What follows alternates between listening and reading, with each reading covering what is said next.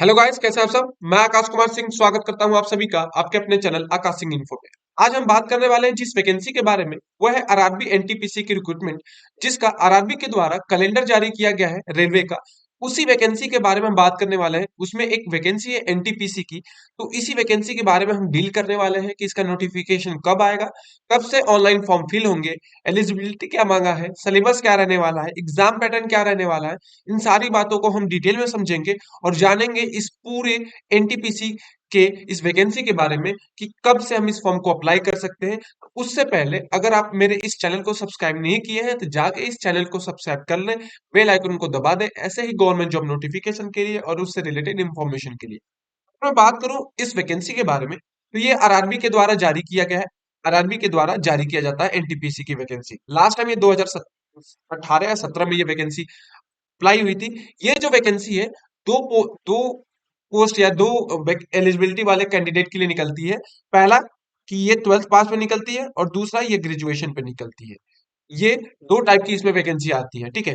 तो अगर मैं बात करूं तो इसका जो कैलेंडर जारी किया गया मिनिस्ट्री ऑफ रेलवे के द्वारा, उसके अकॉर्डिंग इसके फॉर्म कब आएंगे, तो 1 जुलाई को, 1 जुलाई से इसके फॉर्म आना शुरू हो जाएगा, इसका नोटिफिकेशन जारी कर दिया जाएगा, ठीक है।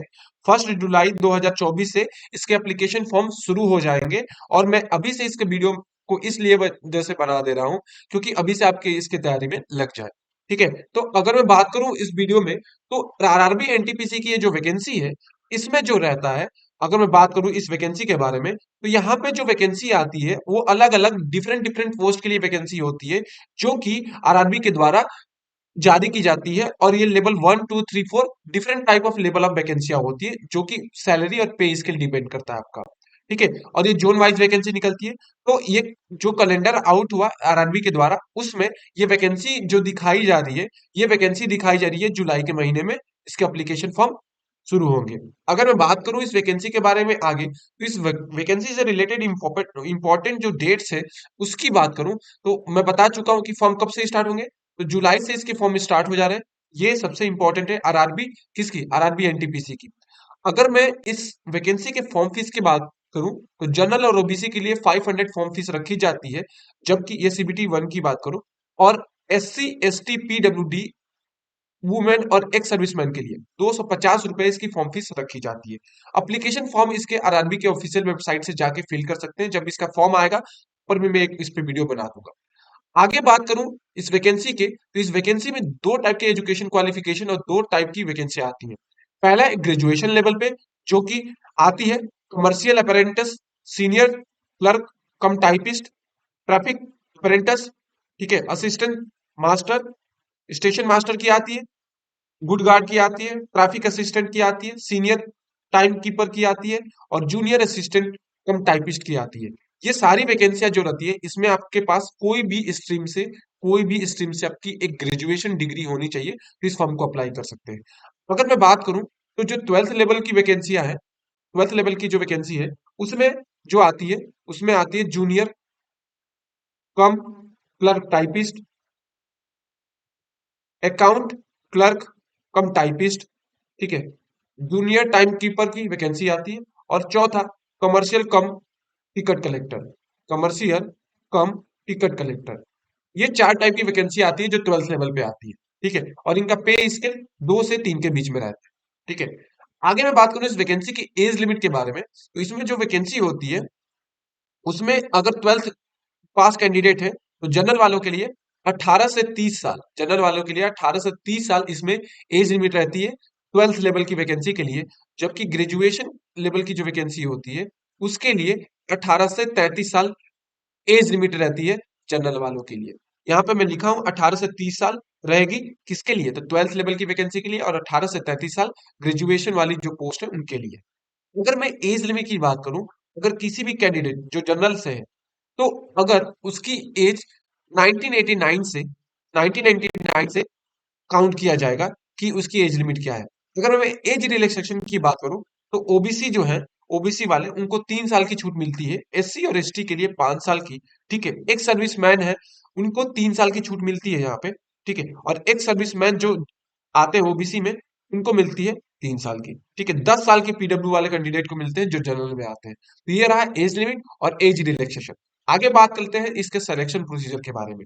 ये जो वैकेंसी आती है आरआरबी एनटीपीसी की, आरआरबी के द्वारा जारी किया जाता है, इसमें जो पहला स्टेज होता है इस पेपर को क्लियर करने का सिलेक्शन प्रोसीजर का, पहला होता है सीबीटी 1 एग्जाम, दूसरा होता है सीबीटी 2 एग्जाम, और तीसरा टाइपिंग टेस्ट होता है या स्किल टेस्ट होता है, चौथा आता है डॉक्यूमेंट वेरिफिकेशन, और पांचवा मेडिकल एग्जामिनेशन। ये 5 स्टेप है, इन्हीं 5 स्टेप से होके आपको गुजरना पड़ेगा। ठीक है, आगे बात करते हैं इसके सिलेक्शन प्रोसीजर के एक एक स्टेप के बारे में। पहला मैंने बताया था कि सीबीटी 1 एग्जाम होता है, कंप्यूटर बेस्ड टेस्ट, और दूसरा भी कंप्यूटर बेस्ड टेस्ट होता है। ठीक है, तो जो सीबीटी 1 एग्जाम होता है उसका एग्जाम पैटर्न क्या है, अगर मैं सीबीटी 1 की बात करूं तो इसमें जो रहता है 120 मिनट मिलते हैं आपको पेपर को करने के लिए। ठीक है, और निगेटिव मार्किंग इस पेपर में 1/3 होती है। ठीक है, जिसमें मैथमेटिक्स के 30 क्वेश्चन, जनरल इंटेलिजेंसी और रीजनिंग के 30 क्वेश्चन, जनरल अवेयरनेस के 40 क्वेश्चन, टोटल 100 क्वेश्चन रहते हैं 100 नंबर के। एक क्वेश्चन 1 नंबर का होता है। और ठीक है, इसमें 90 मिनट मिलते हैं इस पेपर को करने के लिए। क्वालिफाइंग मार्क जो रहता है, जनरल वालों के लिए 40% पासिंग मार्क रहता है, ईडब्ल्यूएस के लिए 14 मार्क्स 40%, ओबीसी के लिए 30% रहता है, 30 नंबर आपको पाना जरूरी है, एससी के लिए 30% और एसटी के लिए 25% इसमें रहता है कि पासिंग मार्क रखा जाता है सीबीटी 1 एग्जाम के लिए। और सीबीटी 1 एग्जाम में जो कैंडिडेट शॉर्ट लिस्टेड होते हैं वही पहुंचते हैं सीबीटी 2 एग्जाम में। तो सीबीटी 2 एग्जाम में जो कैंडिडेट पहुंचेंगे उनके लिए जो एग्जाम पैटर्न रहने वाला है उसमें भी 35 क्वेश्चन मैथमेटिक्स के पूछे जाएंगे, जनरल इंटेलिजेंसी और रीजनिंग के 35 क्वेश्चन, 50 क्वेश्चन पूछे जाते हैं जनरल अवेयरनेस के, 120 क्वेश्चन पूछे जाते हैं, 120 नंबर का टोटल पेपर रहता है, 90 मिनट मिलते हैं इस पेपर को करने के लिए। ठीक है, और 1/3 इसमें भी माइनस मार्किंग रखी जाती है। वो वही कैंडिडेट इसको पेपर को दे सकता है जो शॉर्ट लिस्टेड होगा सीबीटी 2 एग्जाम के लिए। ठीक है, और इसमें नॉर्मलाइजेशन भी होते हैं इन पेपरों में अकॉर्डिंग टू शिफ्ट, कि शिफ्ट हार्ड था या इजी था। ठीक है, आगे बात करते हैं जो थर्ड है इसका, वो है कंप्यूटर बेस्ड एप्टीट्यूड टेस्ट जो होता है। ठीक है, उसमें क्या होगा, इसमें क्वालिफाइंग मार्क 42 रखा जाता है जो भी मिनिमम स्कोर होता है। ठीक है, उसके बाद कैंडिडेट का सीबीटी टेस्ट एग्जाम होता है, उसके बाद आता है हमारा स्किल टेस्ट। ठीक है, ये भी क्वालिफाइंग नेचर का होता है, क्वालिफाइंग होना इसमें भी जरूरी है, नंबर जुड़ता नहीं है लेकिन क्वालिफाइंग होना जरूरी होता है, जिसमें आपको जो टाइपिंग वाले कुछ वैकेंसियां होती है जिसमें टाइपिंग मांगता है तो उसमें टाइपिंग होती है। ठीक है, जिसमें 30 वर्ड पर मिनट आपको इंग्लिश में टाइपिंग चाहिए और 25 वर्ड पर मिनट हिंदी में आपकी टाइपिंग चाहिए कुछ वैकेंसियों के लिए। आगे बात करें इसके पे स्केल की, सैलरी के बारे में, तो इसमें जो सैलरी होती है according to pay scale of, basic pay scale जो रहती है, पे स्केल अगर मैं बात करूं 2 की, तो उसके अकॉर्डिंग इसमें जो पे स्केल बनती है वो 28,696 रुपए बनती है टोटल। बेसिक रहता है 19,900, ग्रेड पे उसमें 2800 जुड़ता है, ये ट्रेवलिंग अलाउंस वो मिला के 28,000 प्लस इसमें सैलरी बनती है। अगर मैं बात करूं एनटीपीसी सैलरी लेवल 4 के लिए तो उसमें 35,416 रुपए से आपकी सैलरी स्टार्ट होती है, पे अकॉर्डिंग टू पे स्केल 4। जो जो वैकेंसियां जिसकी पे स्केल 4 होगी उनमें इतनी सैलरी प्रोवाइड होगी आपकी।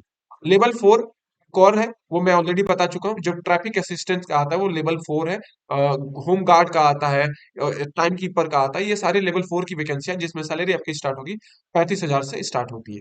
मैं ऑलरेडी बता चुका हूँ कि जुलाई में इसकी वैकेंसी स्टार्ट होगी, तभी से इसकी वैकेंसी की तैयारी में लग जाइए। और आपको वीडियो पसंद आए तो चैनल को लाइक करें, सब्सक्राइब करें और शेयर करना ना भूलें, ऐसे ही गवर्नमेंट नोटिफिकेशन के लिए और उससे रिलेटेड इन्फॉर्मेशन के लिए। Thank you.